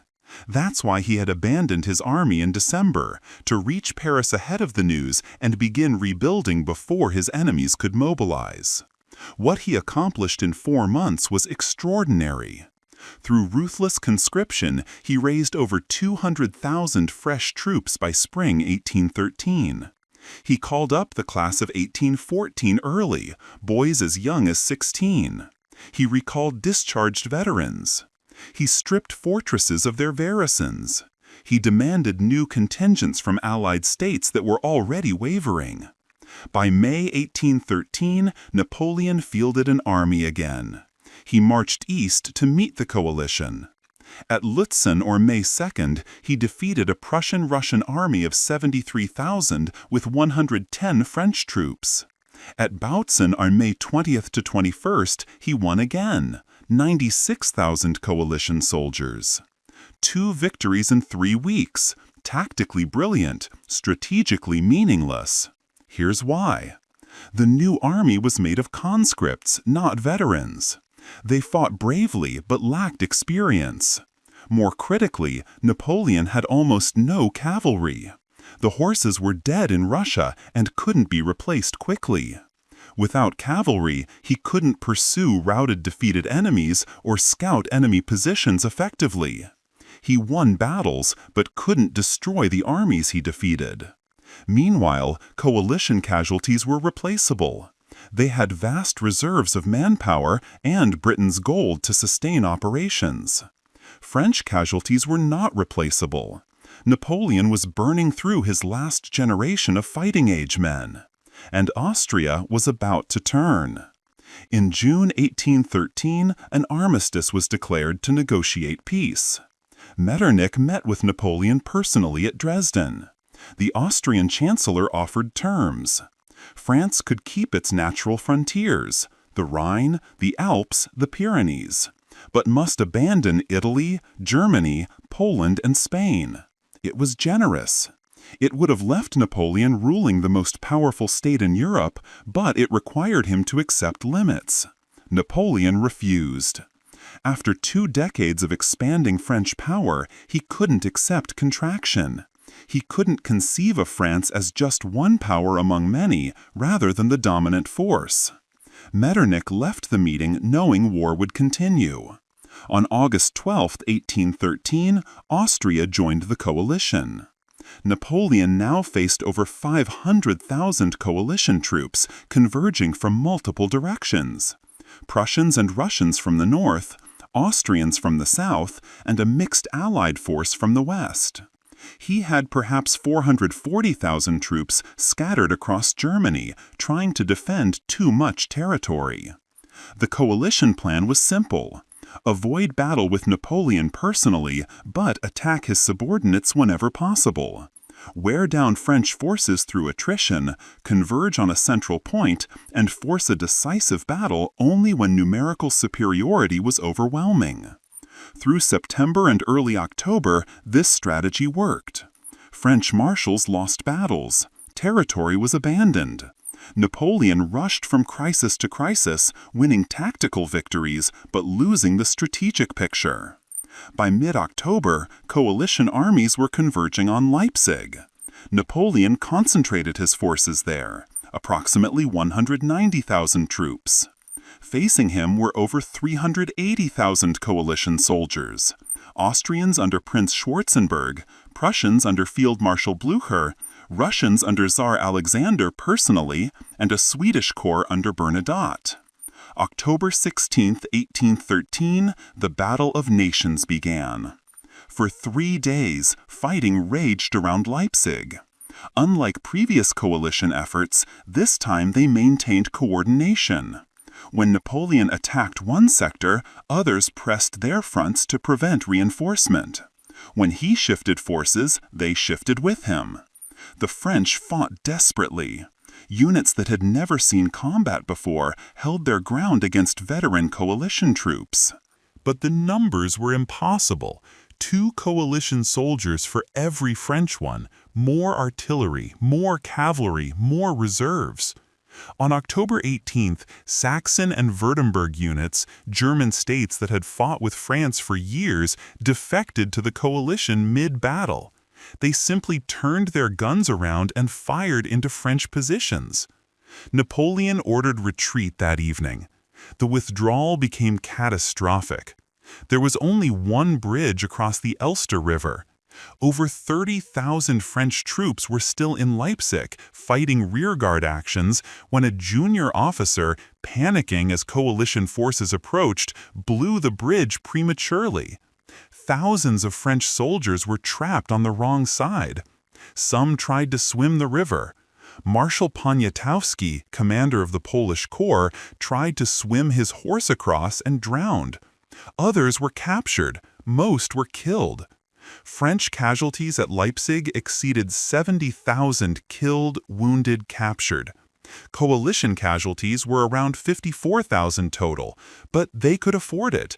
Napoleon could not. The Confederation of the Rhine collapsed immediately.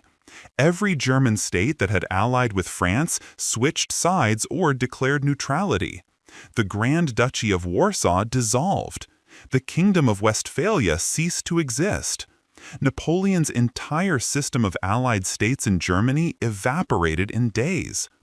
By November, coalition armies crossed the Rhine into France itself. For the first time in 20 years, France faced invasion. Napoleon fought a brilliant defensive campaign through January to March 1814, the 6 Days Campaign, where he won multiple battles against isolated coalition columns with inferior forces. Militarily, it was some of his finest work, but it didn't matter. The coalition had overwhelming numbers and kept advancing. Paris was the target. Napoleon's own marshals began breaking. Murat, king of Naples, signed a separate peace with Austria to keep his throne. Bernadotte refused to invade France, focusing Swedish forces on Norway instead. Others simply stopped following orders with enthusiasm. On March 30, 1814, coalition forces reached Paris. The city's garrison, commanded by Marshals Marmont and Mortier, had 35,000 troops facing over 100,000 coalition soldiers. They fought for 1 day, then negotiated surrender. Paris capitulated on March 31st. Napoleon, with a small army, was at Fontainebleau, 55 kilometers away. He proposed marching on Paris immediately. His marshals refused. Marshal Ney, who had earned the title Bravest of the Brave at the Berezina, who had followed Napoleon through 2 decades of war, said to his emperor's face, "The army will not march." The army will obey me. It was over. On April 6, 1814, Napoleon abdicated as Emperor of the French. The Treaty of Fontainebleau exiled him to the island of Elba in the Mediterranean with a pension and a tiny army of 1,000 guards. The Bourbon monarchy was restored under Louis XVIII. The empire that had dominated Europe for 15 years was finished. Napoleon would escape Elba in March 1815, return to France, raise another army, and rule for 100 days before final defeat at Waterloo in June 1815. But that was an epilogue, a last defiant gesture from a man who couldn't accept that history had moved past him. The real end came in Russia. Everything after, Leipzig, the invasion of France, the abdication, was just consequence playing out. 600,000 men marched into Russia. The empire died with them in the snow. What remains is the question of what it all meant and what we're supposed to learn from it. 2 centuries later, bones are still being found. Construction projects in Russia, Poland, Lithuania uncover mass graves with disturbing regularity. French belt buckles corroded green, Russian buttons, musket balls, skeletal remains showing evidence of violent death, of disease, a frostbite severe enough to leave marks on bone. Museums across Europe preserve letters found on bodies, a French corporal writing to his mother that he hasn't eaten in 3 days, a Polish lancer describing watching his horse die, a German conscript from Bavaria saying he doesn't think he'll see home again. He didn't. These weren't soldiers in the abstract. They were sons, brothers, husbands, fathers. They had lives they expected to return to, jobs, families, futures. Over 600,000 of them never came back. Think about that number in human terms. That's more than the entire population of most European cities in 1812. That's equivalent to killing every single person in Amsterdam or Lisbon or Naples. The demographic impact on some regions was catastrophic. German states lost entire cohorts of young men. French villages sent 50 men to Russia and got 3 back. The Bavarian military command recorded that of 30,000 Bavarian soldiers who entered Russia, fewer than 3,000 returned capable of service. Who married the women those men would have married? Who worked the farms they would have worked? Who inherited the family businesses they would have run? The economic and social disruption rippled through European society for a generation. And for what? Napoleon gained nothing. After 6 months of campaign, hundreds of thousands dead, the largest army ever assembled destroyed, he ended up with exactly the same strategic position he'd started with, except weaker. Russia remained defiant, Britain remained unconquered, the continental system remained ineffective. Within 2 years, he lost everything else as well. Russia lost hundreds of thousands of soldiers and civilians, saw Moscow burned, vast territories devastated, but Russia survived and emerged as the dominant land power in Europe for the next 40 years. So what's the lesson? This isn't about winter. It's about what happens when ambition becomes untethered from reality. Napoleon built an empire through military genius and political brilliance, but he couldn't accept limits. Every victory convinced him the next victory was possible. Every enemy that submitted convinced him the next enemy would submit too. Russia was different, vast enough that space became a weapon, autocratic enough that Alexander could ignore pressure to negotiate, culturally resistant enough to burn Moscow rather than surrender. Napoleon couldn't see it because his experience told him all enemies were the same. The logistics failure was predictable. His own officers warned him. The supply calculations showed the army was too large. The timeline showed the start was too late. He ignored all of it because he'd always made the impossible work before. That's hubris, not the pride of arrogance, but the blindness of success.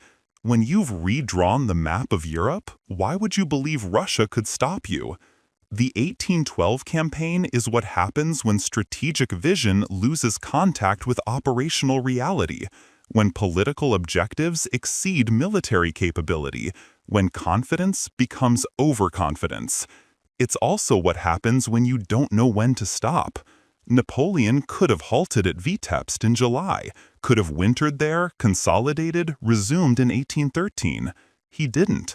Could have left Moscow in September instead of waiting 5 weeks for negotiations that were never coming. He didn't. Could have accepted Metternich's terms in 1813 and kept France powerful. He didn't. Each decision individually made sense from his perspective. Together, they destroyed him. This pattern repeats through history.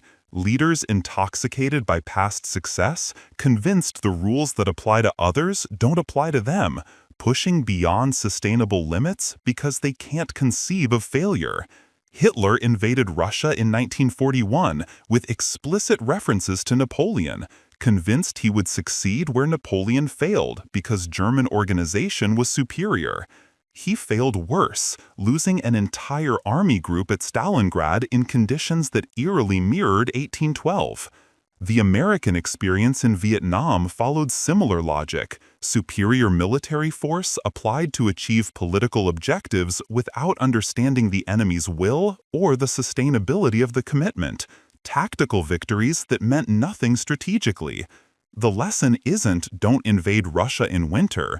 The lesson is understand your enemy, match means to ends, know your limits, and recognize when you're wrong before catastrophe becomes inevitable.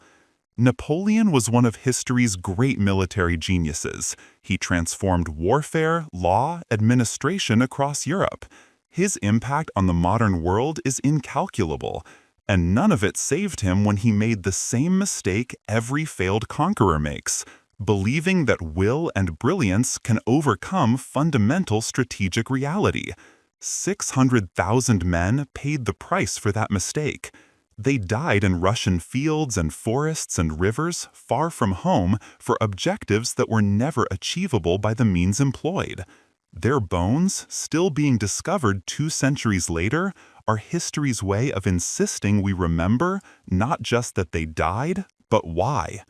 If this story affected you, if it changed how you think about leadership, limits, or the cost of ambition, help it reach others. Like, comment, share.